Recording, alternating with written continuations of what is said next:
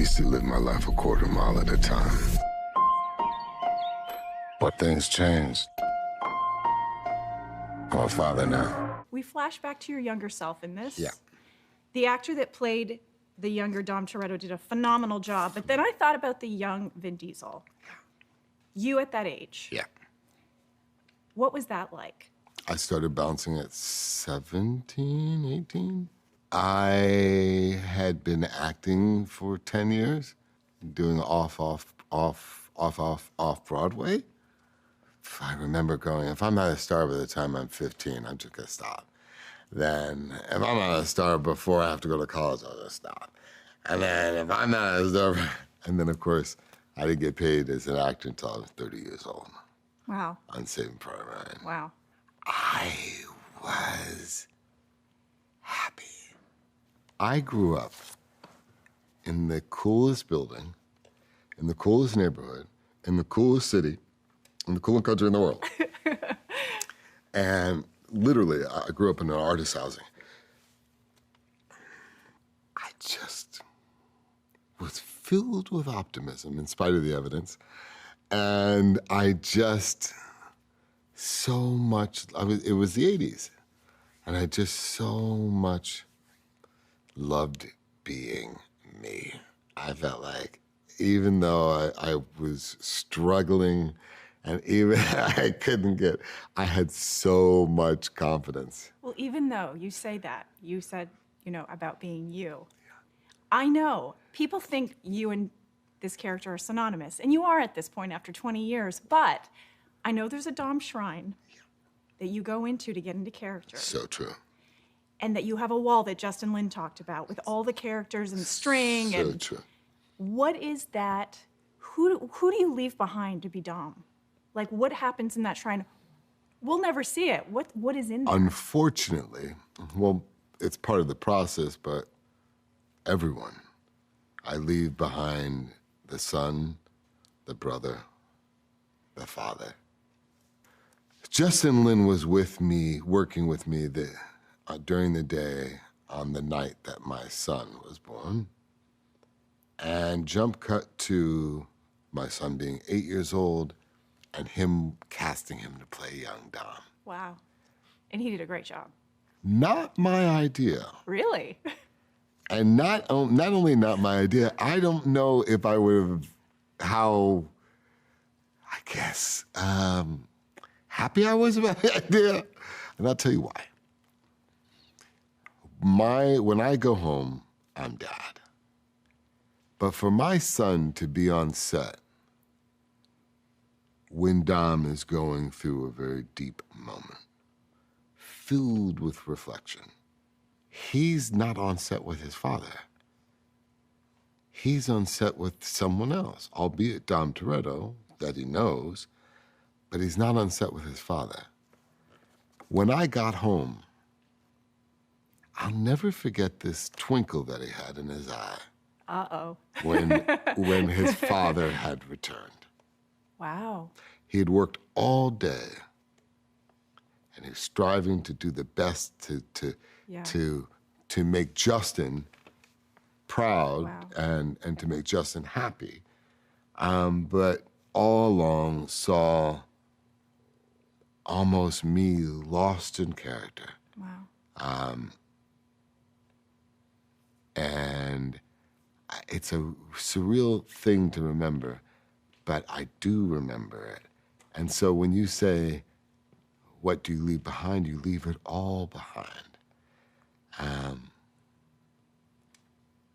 I feel like growing up in New York, as kids, we're always trying to kind of find our identity. In spite of the confidence, I was searching for my identity. And I think that characters, at a young age, I remember playing characters on a script was therapeutic in a way because the parameters of your identity were clear. So I don't know how that relates, but when... Well, let me ask you, moving forward, because I'm already looking forward. I know you and Justin are looking forward to 10. Yeah. Wrapping this up, do you have the end game in sight? Have you seen Dom's last shot? Do you have it in your mind? Do you know where it is? And then moving forward, what if fans aren't done? What if you're not done? And man, is it a profound one. And what if the audience is not ready? What if? You learn a lot of things in life. And yeah, sometimes we're not ready. Sometimes we're just not ready. I don't know how that answers that. Does that mean it'll keep going? Do you see how it could spin off? Well, I think, I'm glad you asked that, Nikki. This is the end of this mythology. This is the end of this leg era of the saga. Will the Fast and Furious universe disappear? No. It'll be more formidable than ever. But as a storyteller that always lives with the pressure of tomorrow, a book can't be never ending. A story must have a conclusion. Just to pay homage, in service of the story. And it's sometimes, we have mixed feelings about coming upon the conclusion. But that's where we are. Okay, so that means you are ending it. Justin said there's always a chance. And I'll put in one request, Toretto and a T-Rex, please. I knew it was coming! Oh, God, I knew it was coming! Oh. Just when you thought I had good ideas. I'm like, Nikki, 5 years from now. 5 years from now. Remember you said that. Okay.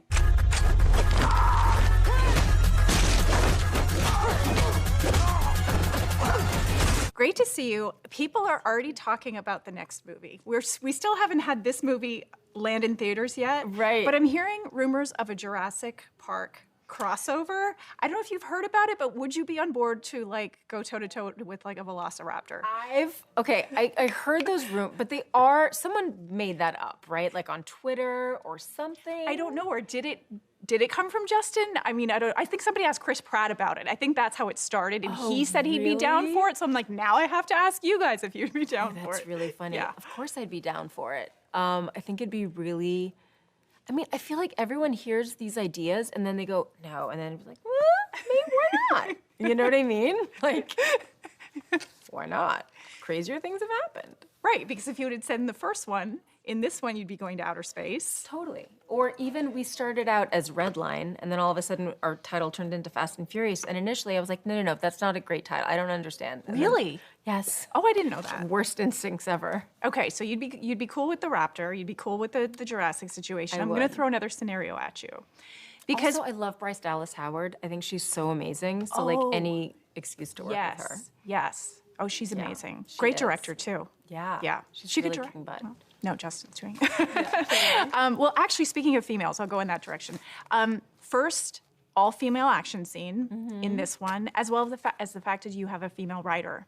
Yes. This time. How did that change the dynamic for you? And I heard you were just like, get me in there for that scene. I really was. Yeah.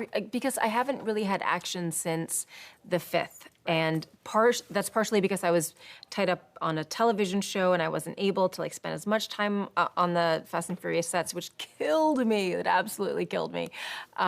So I just said to Justin, like, please let me in there. I would send him pictures of me and videos of me training, and because I'm a really active person and I love to train, and so that was just never really showcased.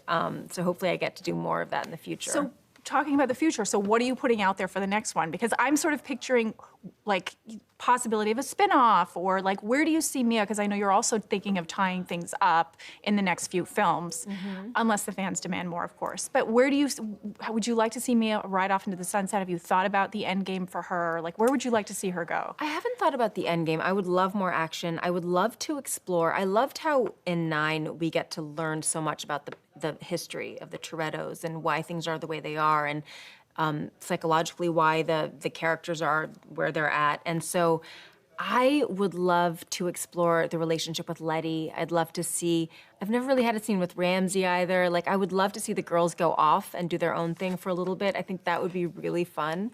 And yeah, action is what I want. Okay, so from you. if you could have another person be cast as another long-lost relative, who would you cast? You know what would be really cool? Penelope Cruz or Sandra Bullock, I think would be really, really cool. We know Sandra Bullock can drive fast. She can. She can, absolutely. We know this. Yes. I'm seeing another crossover now. Totally. No, Totally. those would be good. Okay, so I'm going to go off on another tangent. The fact that you're going sci-fi in this one, I'm thinking parallel universe. If you guys were to meet up with yourselves in a parallel alternate timeline, what kind of who do you hope Mia is, and that you get to go face to face with, because you would get to also obviously play her. I would love Mia to inhabit Letty's persona a little bit more. So maybe like instead of becoming a mom and being a good girl, Mia just like went completely the other route and went to prison and is just like crazy and like just doesn't listen to any rules and is just like badass. I love this idea. Right? This needs Wouldn't to that be happen. fun? Yes. I agree. Yes, and then you would have scenes opposite her. That would be incredible. That'd be amazing. Do I need to pitch this? I need to go back in Justin's room and Do, please, okay. immediately. Speaking of family, you had your children on set. I think your son plays a small Yes. role. Yeah. The fact that this is 20 years later, and you know, I just rewatched the first one. The fashion has come back, by the way, all that early 2000s The fashion. jeans with a cutoff, like, I know. The platforms, like the whole thing. so good. Yeah. I hope you kept some of that wardrobe, but just full circle, like going from that early 2000s now having your children on set, like what? It's amazing. Yeah. I mean, it's amazing because it's also the most welcoming set as a mom because Vin's got his kids there, I've got my kids there, Chris, and so it's like they're all in a camp, kind of. It's really amazing. And so I know you guys got together in London and you had your dinner. You have your dinner on screen and you have your dinner off screen. Was there an initiation for John into the family? Did you give him a bit of a hard time?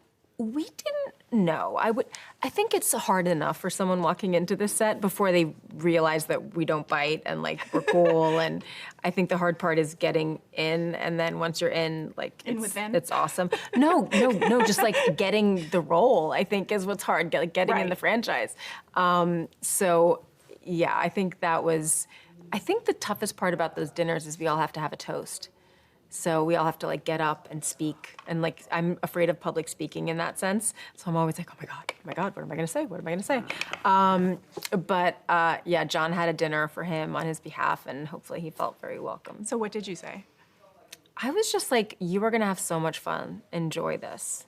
And I was also a little bit starstruck because it's John Cena, and you know my son's also like a huge John Cena fan. So it was like, wow, you're gonna play my brother? Like that's crazy.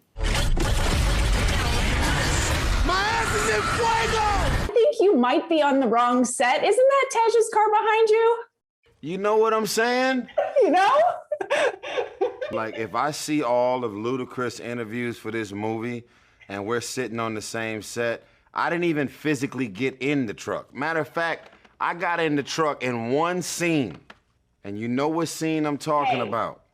Okay, but I have to say, your whole spectrum in this movie, you get to do it all. And listen, Dom Toretto might live his life a quarter mile at a time, but I heard that when you read the script, you read it 20 pages at a time because you were just like mind blown. I have to take a moment. Is that true? It's true. It was a lot. It was a lot in one sitting. But you know, a lot of times when you read scripts on like a Transformers effect, a lot of stuff is written for what they're gonna be doing and special effects and just the stuff that's way above my pay grade. So it becomes like you're reading it and you're just like, okay, I don't really know how much of this is for me versus, you know, for them. So I'm only bringing up romance with you. I'm not bringing it up with any of the other cast members because it's in your name, Roman. Is moving forward as we're wrapping up this franchise, is there going to be romance for Roman? Do we think Tej needs the romance? He hasn't had one. Who should end up with with Ramsey, like, I'm just saying. Well, here's the thing. This would be my first time acknowledging this publicly. But I think Tej has already gotten the girl. I think Tej has already gotten Ramsey. Because I think what he did was he's gotten away from all the jokes and the banter that we used to have, moment by moment, scene by scene, and he's kind of pivoted into technology and all of the, typing in computers and finding things in outer space and God's eye, this and that, so he's kind of, I think he figured out her love language. And he's already got Ramsey. I think he got her. So Roman definitely needs some romance. So what I'm gonna do is I'm gonna put this out there in the universe. Not only do I think she's very beautiful and has a lot of fire, but I think she has a personality that would make all the sense in the world for Roman's first romance to be Rihanna. Okay. Oh, Rihanna. So is this a dream co-star? Because I was going to ask you, like, we get to see Toretto's backstory in this movie, meet his family. When are we meeting your family? And who would that be? And if we're going to see Roman sort of like, as we're wrapping up this movie, I almost picture him on a beach somewhere in the last shot with a lot of snacks and maybe Rihanna. What's your dream? For Roman, of course. I feel like I'm listening to a Roman pitch right now. I like it. But yeah, I think, her name is Bad Girl Riri for a reason. I think she makes all the sense in the world for this franchise. I'm not trying to flirt. I'm not trying to beeline and make a move. I'm specifically speaking Roman and saying, who could I see myself having a few scenes with and being in the car with me and kind of taking certain journeys with me and putting on leather and shooting and doing all kind of hot girl action stuff without even blinking. It would be Rihanna. This is your spinoff. So they're wrapping me, but just one last question. I know you all have a cast dinner together in London before you started shooting this, and that then makes everybody sort of stand up and say something. What did you say? What was your toast? I don't want to say. It was a really long toast. It was a really long time coming before we got back to doing Fast 9. And boy, was it good to be in that room and have that moment and listen to all the people that have been thinking and feeling and going through the highs, the amazing, the breakthroughs, the challenges. It was a moment, and it's something that I think we should all keep near and dear to our heart forever. Please tell me that's not a Pontiac Fiero strapped to a rocket engine? Impressive. I know. No, that's not impressive. Listen, I'm going back to the beginning, and I'm seeing that the fashion is coming back now from the early 2000s. You guys could bring back all of that stuff. First of all, I just want to say congratulations on going to outer space. Thank you so much. Before Tom Cruise, Richard Branson, Elon Musk, everybody, Tej and Roman went to outer space. You inspired it. According to Justin, your existential crisis inspired it. So when you found out, tell me about that moment. Did you read the script? Did somebody call you and tell you, guess what? This is finally the film where you're going to the final frontier. I had to read the script. Two things every time I get the new script. I always look, is Tej going to stay alive in this damn franchise? And then number two, what can we do that we've never done before? And as soon as I read that, I was jumping for joy. I loved it. I was like, I wouldn't have never thought of that, ever. Really? Well, it almost seemed like, because, people have teased it, people have talked about it for so many films now. Like, when was it going to happen? The fact that it was the two of you and they chose to make it so funny, like laugh out loud. Everybody was screaming in the theater watching it.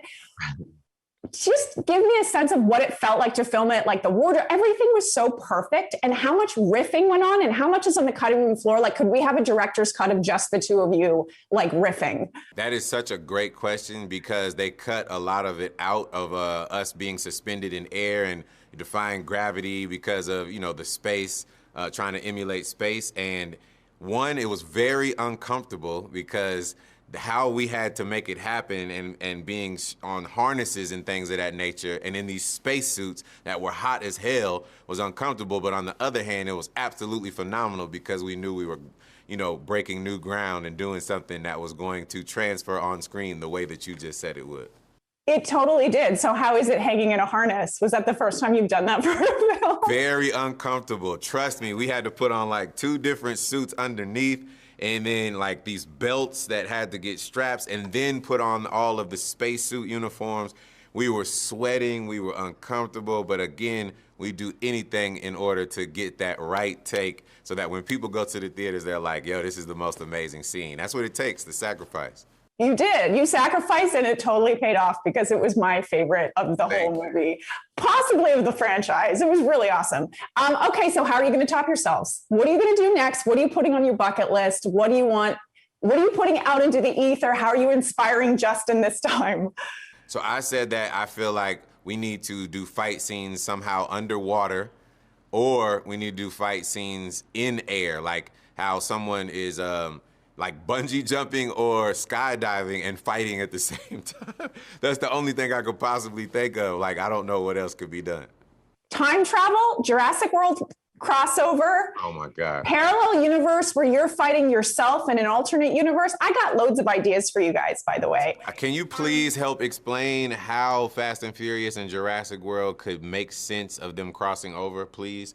So the dinosaurs would have to get teleported to present day, right? Well, or you guys could jump in a time machine and go faster than you've ever gone before, faster than the speed of light. Hilarious. Talk to me about like the possibility of a spinoff, because I talked to Justin and Vin a little bit. What would you like to see in terms of the spinoff? Would you like to see your character and Roman, like, you know, spinning in the outer space for a while? You guys could have a chat show, a YouTube channel, anything. But what would you like to see for a spinoff? I would like to see a spinoff with all of the women. All of them. I'm talking about Jordana, Michelle, Natalie, Charlize, you know, all of the women in this franchise. I would love to see that. I think it would be badass. Well said. Well said. I want to talk a little bit about your cast dinners. I know you had one in London before, and Jordana told me that you guys actually all have to make a toast. I just want to know what the vibe is. Like, who is that? Like, are you great at making a toast? How does that go down? What are you guys eating? I know I think maybe you stole Natalie's food on set. I think you did it in the past with one of your past castmates. Are you the one stealing all the food? They're really telling on me. Oh, man, I eat so much. You know what? I will go out and say, yes, I stole Natalie's food. Every time we go to dinners, Ben makes everyone have a speech and make a toast. It's the most incredible thing, but we love being put on the spot because, you know, it's just the appreciation we have for one another, and you get to hear new things each and every time of why we're so thankful to have the best jobs in the world, being a part of the best franchise in the world. So real quick, what did you put out there this time, if you can share any of it? What did you say? What new thing did you share at this time? I was saying that it's great to be a part of a franchise movie where people, in a time where streaming is becoming so popular and people would prefer to stay at home, we are one of the few franchises where people want to leave their home still to go get the theatrical experience, and thank God for it. Damn, they got a magnet plane? About 2 major moments in this film for your character, because we see a lot more of her this time around and in a very different light than we've seen her before. So first of all, rite of passage to finally get behind the wheel in a Fast and Furious movie. Can you describe that moment? Was it like, oh my gosh, was there any tips from the cast members? Not that you need any, about, you know, I mean, I need the whole point is that she needs as many as she can get because she doesn't drive. So it was. I loved that I finally got to drive in the Fast and Furious movies, and I got to drive in a way that was non-conventional to the history of these films. Like, she's a bad driver, and that's just kind of hilarious and funny. And I also don't drive, so for me, it was just like poking fun at that as well, and I got to have fun with it. And you know, the kind of clumsy, not knowing what I was doing thing came quite naturally. So okay. So it wasn't hard to, because sometimes maybe it'd be hard to pretend that you can't drive. But okay, the second moment I can drive, but I haven't for a long time. So it's just like my memory is not all there with it. And the second moment I wanted to talk about, it's the all-female fight scene. And we see a lot more action from you this time around. And we have a female writer this time. So how did that shape your character, the dialogue, and talk about, if you could just break down that scene for me. When I watched it, I was just like blown away by the kind of ferocity of our amazing female cast. I was just like, yes, it just gave me like butterflies in my stomach. It was so good, and I loved it. But I think the presence of a female voice is just really strong in this film, and you know, like there are. Especially for Ramsey, like where she's often having to like take the reins a little bit and really direct this team and help the team get to the next stage of this mission. And so you see a lot of the female characters having more responsibility and having more stakes in the story. So it's fantastic. Jordana told me she would love to see some sort of a female spinoff. Everybody's talking about, could there be a crossover with Jurassic World? What would be your what would be your ultimate crossover? And what would you see for your character for a spinoff? Do you think that would be something you would be into? I would definitely be into a spinoff with the other women of this franchise. And I think my fantasy is that we somehow bring back every iconic female character in the history of the franchise, and like we're in a cool hideout and it's like really well decorated because obviously, and then like everyone's just like so sick and just being amazing, and we have a great time. But in terms of like a crossover, I don't know it's hard. It's hard to think of it. I mean, the Jurassic World thing sounds pretty like crazy. So, why not? I think, well, here's what I'll say about like the last two films before we get to that moment. I think Vin is kind of teased, like we maybe have to hit all 7 continents in the next film, at least go around the world. What is your dream location to shoot in? Do you have, if you were going to put in a request, what would be your request for the next? Oh, oh gosh, the list is really long. I feel like they've already been to Brazil, but like I'd love to go to like Japan or somewhere in the East. Like that would be really cool. Or just like selfishly, I'd love to go to like the Caribbean, like to a different part of the Caribbean, because I know they've shot in different places too, because my family are Caribbean. So I'd love to go to one of the smaller islands there. Or, I don't know, like somewhere, they've shot in Iceland, so I don't know. I know, like what haven't they done, right? Australia would be good as well. Perfect choice. I was so hooked. That's my bucket list choice for you guys. I know you said in an interview before that you want John Cena to be your life coach, that you're so into the WWE, you're a wrestling fan. I talked to him about it yesterday. I asked him if he knew that about you. He said he didn't know. And I asked him for life advice, but why do you want John Cena to be your life coach? Have you seen his Twitter? He's so wise. He just says the like most amazing, like real like life lessons, and I was like, this guy is so switched on, and like he just really gets it. And I thought John Cena could be a great life coach because he seems to have he's so like sensitive to those big life lessons that we can all learn from, and he tweets these amazing things, and I'm like, yeah, he's smart. Like I would happily let him give me advice as a life coach. Been a long time, Dom. So first of all, we see your character as well as a younger Dom in this film. And the guys that played those characters did an amazing job of sort of picking up your nuances. And it made me think back to like, what was John Cena like as a teenager? If your part of your life was a movie scene that we flash back to, was this, you know, do you think that everything that's happening now was sort of in the stars, or was there a metamorphosis? What was your high school like? Man, I don't know how much of that would have been determined then. I know that I was structurally rebellious, is the best way I can say that. Continuously challenging authority and norms, I think in the way that an adolescent probably does, but also really grateful for the structure I had. I lived at boarding school. I was a two-sport athlete, dedicated to physical fitness and, you know, just all that stuff. But at the same time, I regularly challenged authority and faced its wrath many times. Structurally rebellious, I think, is a good way to say it. I think that should be a new phrase, structurally rebellious. Well, I know Natalie said that she wants you to be her life coach. I don't know if she told you that, but has she told you that? And if that is the case and you are a life coach, for everybody out there, what would be your number one piece of advice? I would say start every day grateful and end every day fulfilled. Wow. So did she tell you this, by the way? Have you heard this before? Really? No, that's news to me. I'm very flattered. I want to talk a little bit about Fast and Furious is what they're doing with Fast 9, I think, is so much fan service. They're giving the fans what they've been wanting. They always want more family. They gave us more family with your character.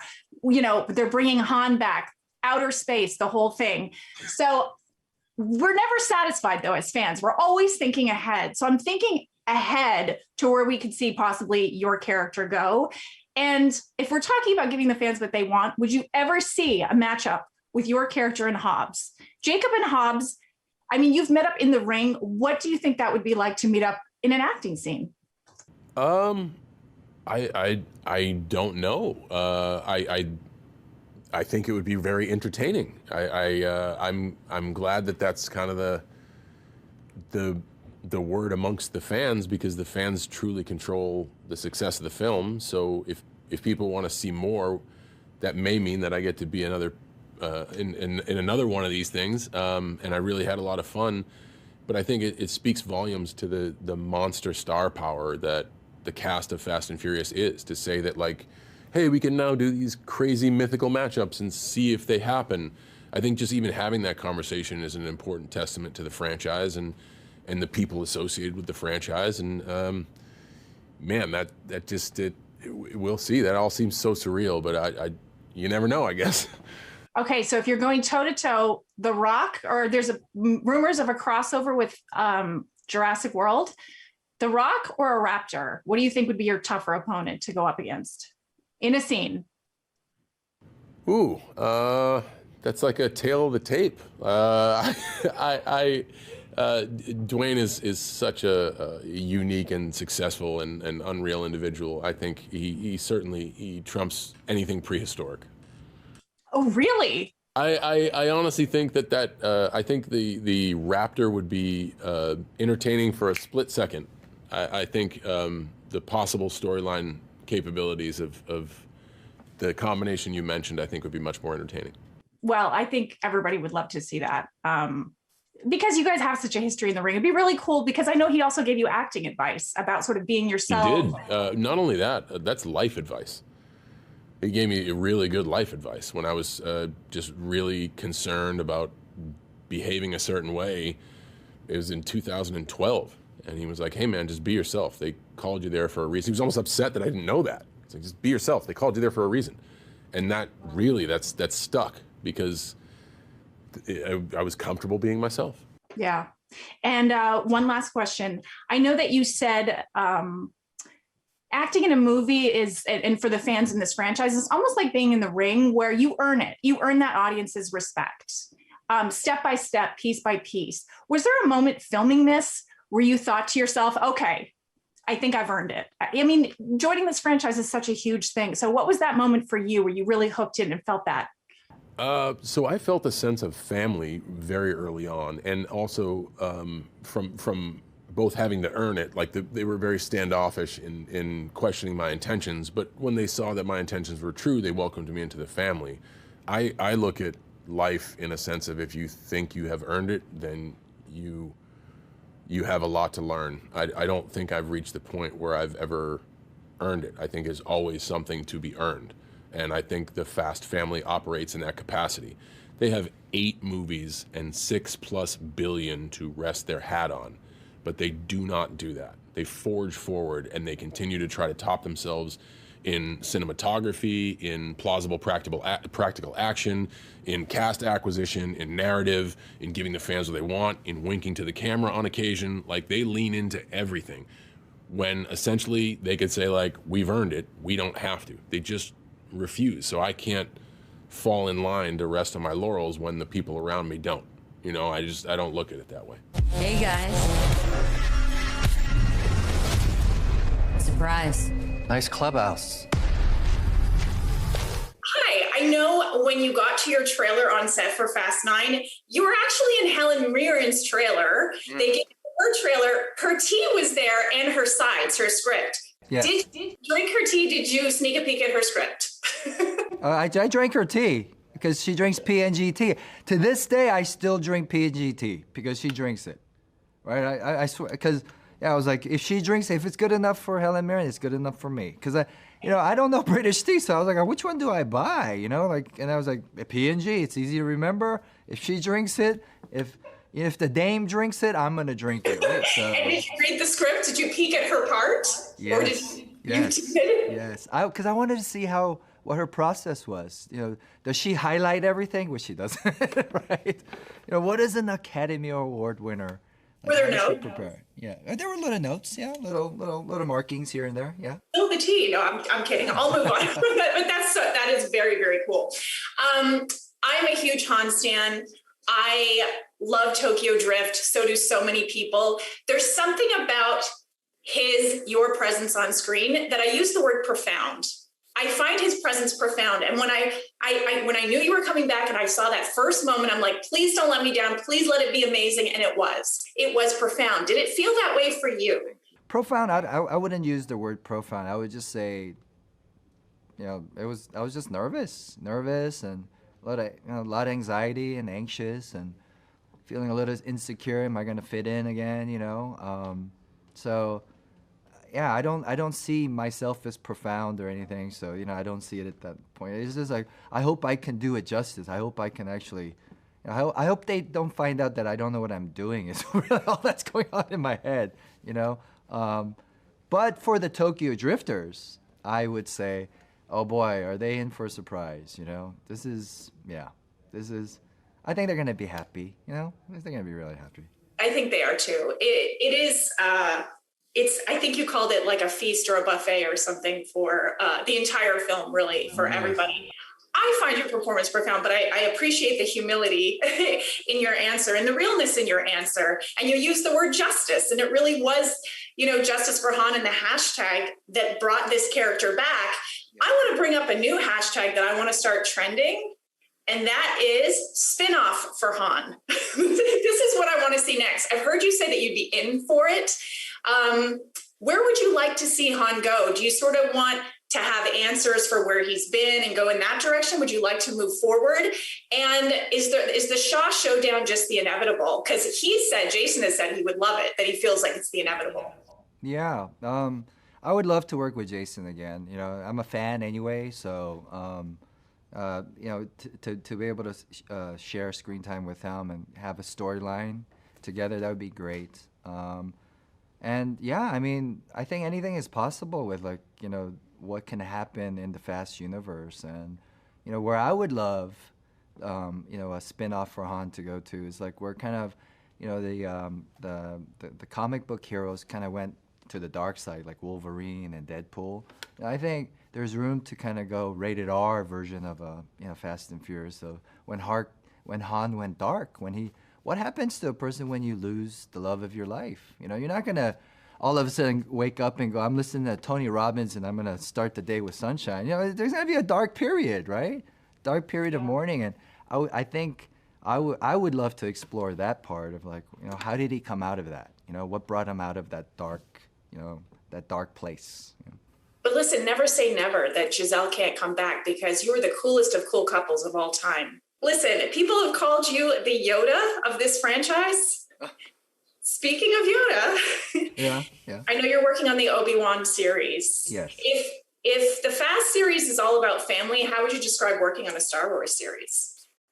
Huh. Oh, that's a great question.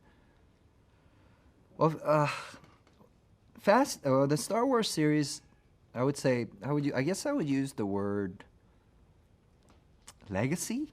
Legacy, in the most humble way, is that the feeling that I get on set is, aside from the characters, is that every single crew member, you look in their eyes, and it's like a kid going, I grew up, you know, watching Star Wars. Like, this is my dream to be here. Like, to see one of the, you know, Star Wars character, Darth Vader character, or, you know, one of the Jedis walk around. It's like, no matter how old they are, you know, it's like this, it's from the 80-year-old, like, guys that do my, you know, special effect, my makeup and stuff, and people who do the costumes, to all the set designers. There's this feeling of legacy, and it's like everyone talks about history and, you know, why they, you know, they feel so blessed to be here, right? And so there's this history, there's this kind of shared spirit and this passion of why we wanted to come into Hollywood. And, you know, the connective tissue is all these Star Wars characters. You know, like, I used to dress up, you know, in these Kmart, like, Hollywood Halloween costumes. Like, I had a Darth Vader one and a Luke Skywalker one. It was all put together with, like, duct tape after a while.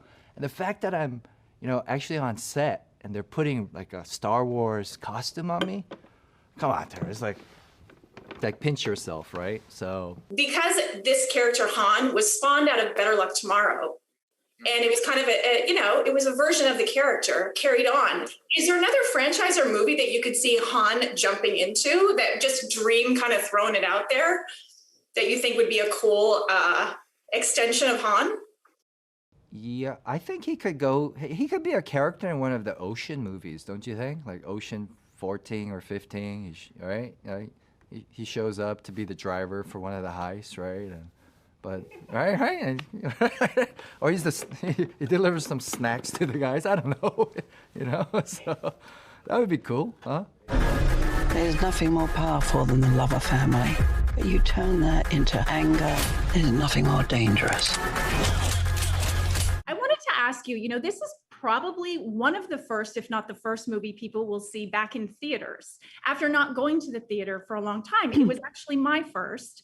What has going to the movies and the cinematic experience and going to the cinema meant to you in your life?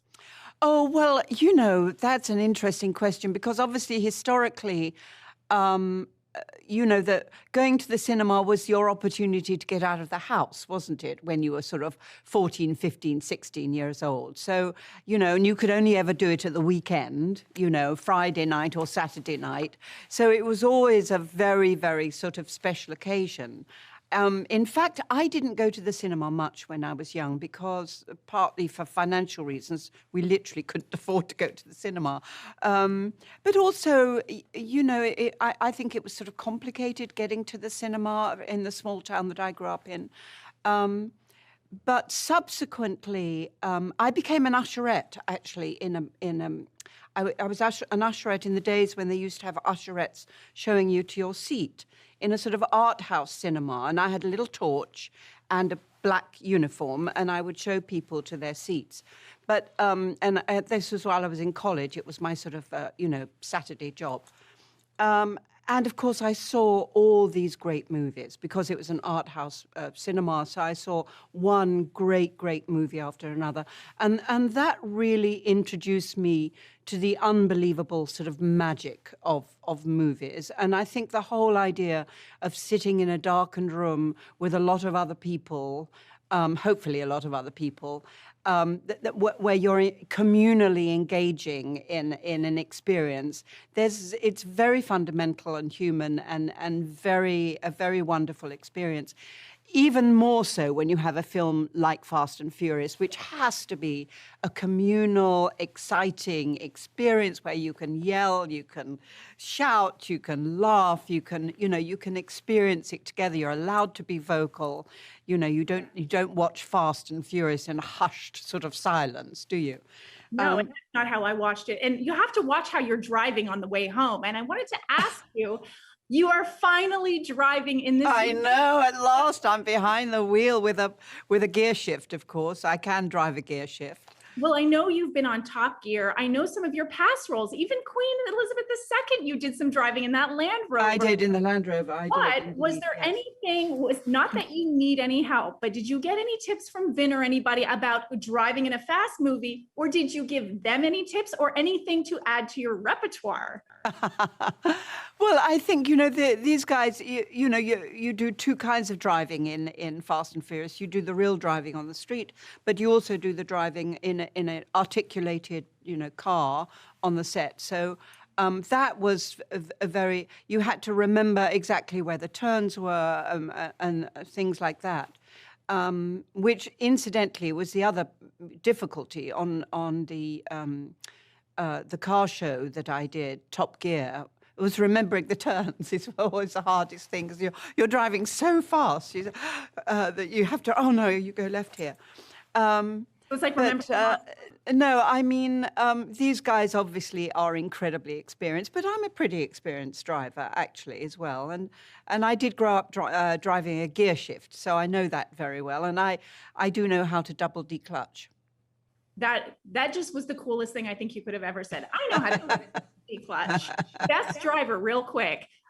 Queen Elizabeth II in The Queen, or Jane Tennison in Prime Suspect? Who's the best driver? Oh, Queenie. Definitely Queenie. Sure. Oh, Okay, yes, so absolutely. I know that you put out in the universe several years ago, I want to be in a fast movie. You spoke about it. You made it happen. You manifested it. Then you said, I want to drive in this movie. And it happened. Yes. Let's go to Fast 10. What's number one on your request list? Oh, I think a good fight sequence would be great. A really good fight sequence would be excellent. So driving and fighting, yeah. Well, let's accelerate it a little bit more. Would you ever see Queenie in a Hobbs and Shaw type spin-off movie? Would you like Queenie to have her own film? Oh, I see. She's an interesting character. This sort of East End woman comes from, the underworld, if you like, of the East End world. A world I know fairly well. My uncle actually was a gangster in the East End, sort of pre-war and just post-war. So it is a world I know a little bit. So there are some very fierce and strong women in that world, and it would be great. One thing I love about it, I mean, and it should of course be called Queenie. So then I would have been in a film called The Queen, and then also in a film called Queenie. It goes without saying. And incidentally, she's named after my aunt. My aunt was actually called Queenie, Auntie Queenie. It's an old East End name.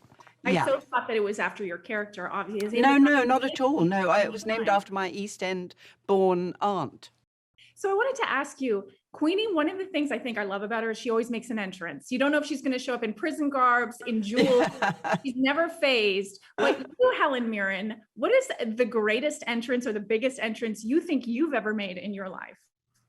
I've made a few embarrassing entrances, I have to say, usually to do with falling downstairs. Not necessarily, drunk. Often more to do with an entanglement of high heels and long skirts, which is always a very, very difficult thing. People thought I'd fallen down on the wonderful stairs going up to the entrance in Cannes, you know, when you go to the Cannes Film Festival, there's this amazing staircase. And I very gracefully walked up the stairs in my beautiful gown. And then I noticed when I got to the top of the stairs that the head of the festival greets you. I noticed his shoelaces were undone. So I very elegantly and gracefully sank to my feet in front of him and tied up his shoelaces for him, which, you know, was kind of a funny thing to do. As you do, I would think. But then in all the newspapers, it said that I fell down, you know, at the top of the stairs. So I've taken quite a few public tumbles, whether they were real tumbles or not. I know you've said in the past that you felt like the Bond franchise should have had a female villain. Yes. You are going to play, I think for the first time, a villainess in this movie. So I know you haven't really started yet, but what do you hope to bring in terms of a female villainess like we've never seen before? Oh, it's very hard to do something that you've never seen before. But you know, this character is ambivalent, actually. You never quite know on whose side she's on. And also she's a goddess. So really, once you're a goddess, you can go in any direction you like, can't you? So, you know, I don't know. I'll just have to let it happen when it happens, you know. But a goddess-like quality, I hope.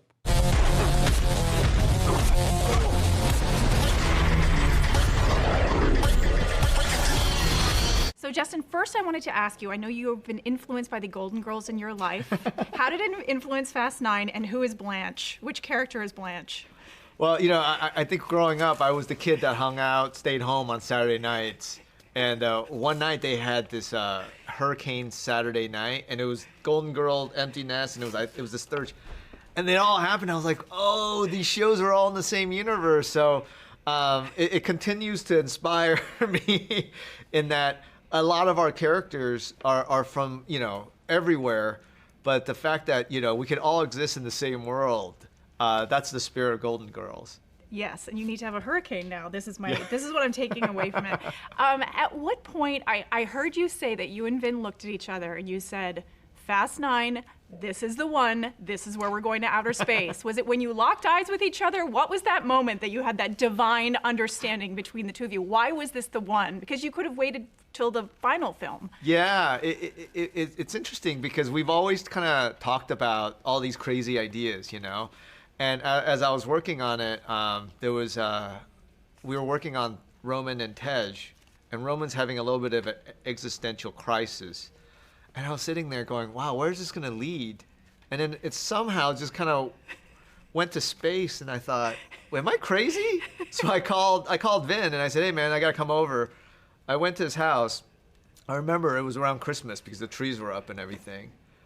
And then we looked at each other. I talked to him, and we looked at each other, and we're like, yeah, let's do it. You just knew. Yeah, this is the one. And that's where you saw the pictures of, you know, everybody on the wall. Vin has like a wall of everybody and and strings. He has strings to everything. Yeah. Wow. It looked like a serial killer.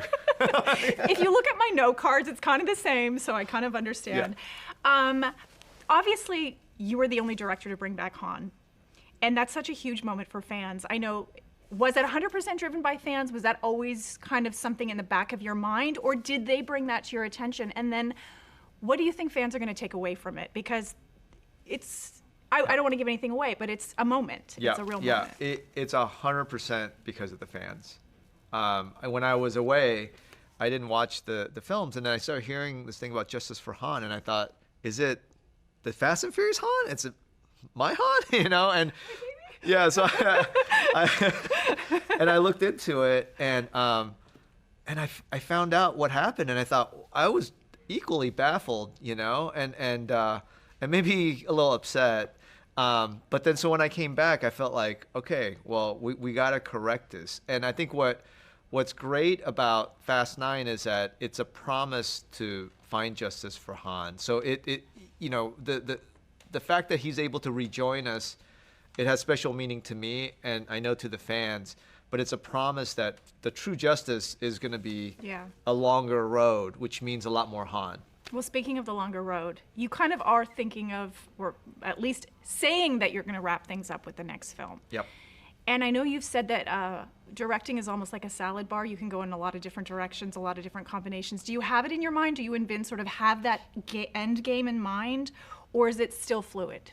It actually, we pretty much have it kind of set.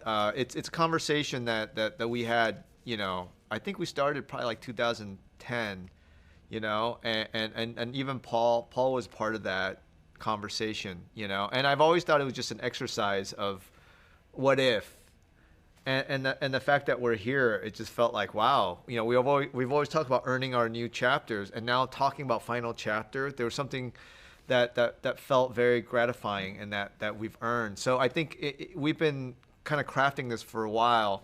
So I think in a general term, we kind of know where it's going to go, but the roads that's going to get there, that's still being built. Until the fans tell you. No, Hey, we're not look, done. We need Toretto and a T-Rex. Well, you know, it's interesting because when I started, there wasn't a lot of people as part of a community, you know, and it just kept growing. So I think it's really respecting kind of not only us, the cast, the crew, but it took everybody to build this franchise, and we definitely respect that and love that and love the passion. So we always want to respect it. So but yeah, it's always open. Oh, hell no.